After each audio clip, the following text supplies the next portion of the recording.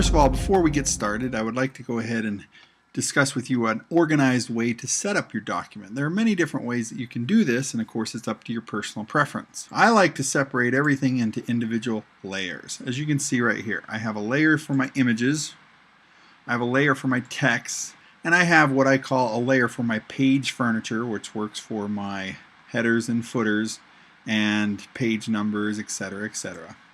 And sometimes I have different types of grids. So I have an 8-column grid as well that I can turn on and off. As you notice right here, my images, you'll see this little tiny blue bar right here, and at any time if I double click on it, it opens up the layer properties. I can change that color, the color of the layer, to anything that I choose.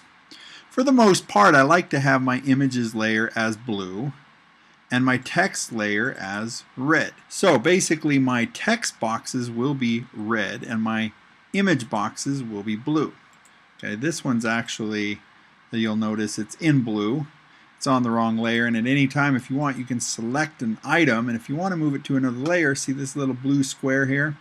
I can click and drag that up to another layer, and everything that I have selected will move to that layer. So now you can see it's red, it's on the red layer. This is just a nice way to keep things organized, because sometimes if you have pictures that overlap your text and vice versa, it will be difficult to select one or the other. And sometimes you might just want to say, let me just turn off all the text so that I can just deal with my images. This is a newsletter that I'm putting together, and basically what I want to do is I want to make it look like this. Here's my newsletter. And these are the images that I will bring in. Here's the text that I have. I've already brought in all the text, and now I'm going to bring in the images. So let's just move this off to the side here and come back. So there are several different ways that we can do this. First of all, what we can do is we can select the frame. I'm going to go ahead and change my tools palette to the vertical tool palette here. So what we would do is we would just go up to File and Place. And what we'd do is we'd navigate to our Mr. Freeze image. And you can see all my different images right here. Here's Mr. Freeze. If I double click on it, it's going to open that image in my frame. Now keep in mind it may not fit exactly as I have planned. Select another box, File, Place. I want to place an image within there. And I'm going to find the appropriate image, which is this one. File, Place. And this one has the Incredible Hulk freaking out. Notice how I have my selection tool. If I select it, I will select the whole box or frame and move it. Command Z to undo. If I grab my direct selection tool and click on the inside, you will notice this brown looking frame around it. That's the actual size of the picture. Now if I grab the direct selection tool and move it around, notice I am moving the picture and not the frame. How do I get this picture to all fit within this frame? There's a couple ways of doing this. First of all, you can select the picture directly, and you'll notice these control handles. I can stretch it, but I have to be careful because I don't want to skew it. If I hold down the Shift key, it will constrain it. Okay, and clearly I can move it to be the right size of the frame, but if it's constrained, it's going to be difficult to get it to fit and fill the entire frame the way that I like. If I wanted to scale the entire thing, I could select it with my direct selection tool. You'll notice about halfway down your tool palette there is a tool called a free transform. If you click on that, that will scale your picture and your frame at the same time. Again, hold Shift so you don't skew it. If I select my image, I can go into Object, I can go to Fitting, and you'll notice there are a bunch of different options here.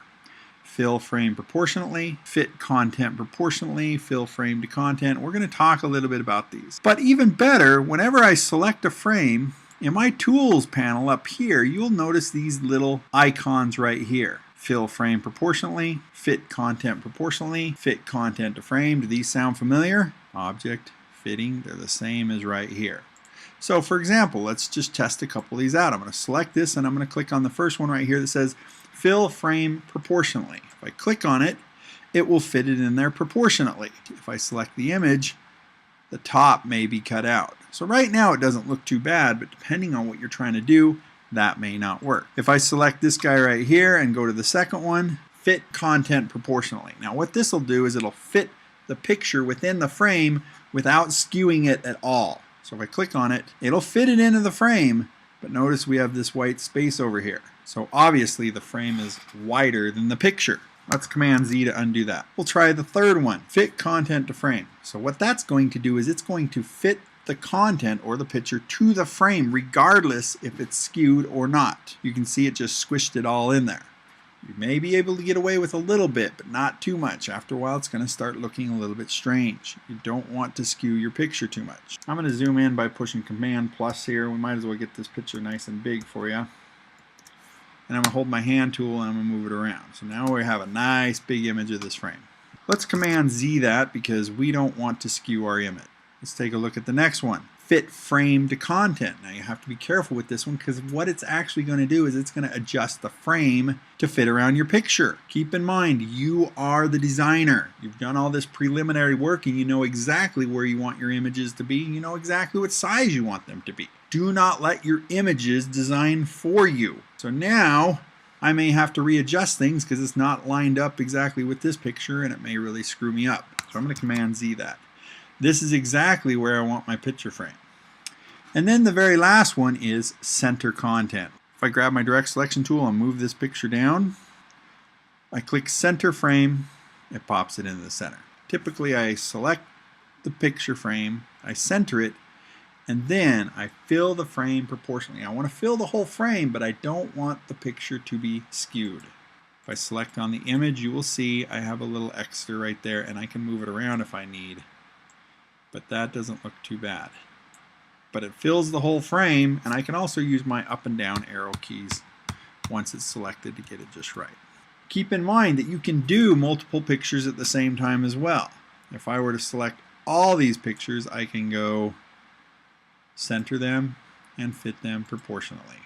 So if I grab my direct selection tool and click on Mr. Hulk here, you can see it's a little bit taller than my frame. That's okay, but we don't want to cut his head off, so we're going to hold Shift and arrow down.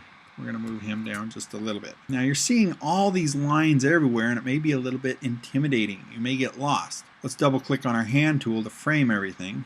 Let's go into our preview mode and see what it's going to look like with all the guides out of the way. The shortcut key for that is W, or you can access it down here at the bottom of your tools panel. Normal view, and if I click preview mode. Preview mode gets rid of all the different lines.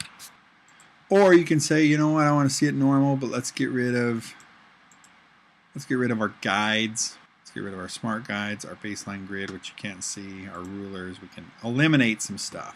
So that's a quick and easy way of getting your images within an image box.